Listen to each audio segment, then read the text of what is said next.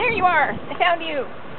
Hi, I'm Kristen O'Donnell, and this is my dog Duke, and we are in beautiful Sonoma County, California, ready to tell you all about HGTV's Dream House Giveaway 2008.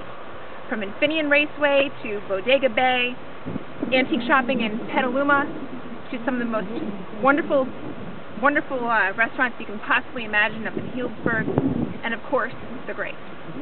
Wine country, Sonoma County is world-renowned for its grapes, but one thing that we're going to be able to tell you now is that the Dream House 2008 is also going to be world-renowned. This is definitely HGTV's best house by far, and very soon you may be the proud owner of that house, but you have to enter the sweepstakes first in order to make that possible. So Duke and I are going to give you a tour of the house. It's going to be a great, exciting tour with a lot of new information, a lot of green building, eco-friendly design. And then we're also going to tell you all about the area around the house, Sonoma County wine country, about an hour and a half north of San Francisco. And we're going to tell you why it is one of the most spectacular places in the world. You're going to love it. So let's get going.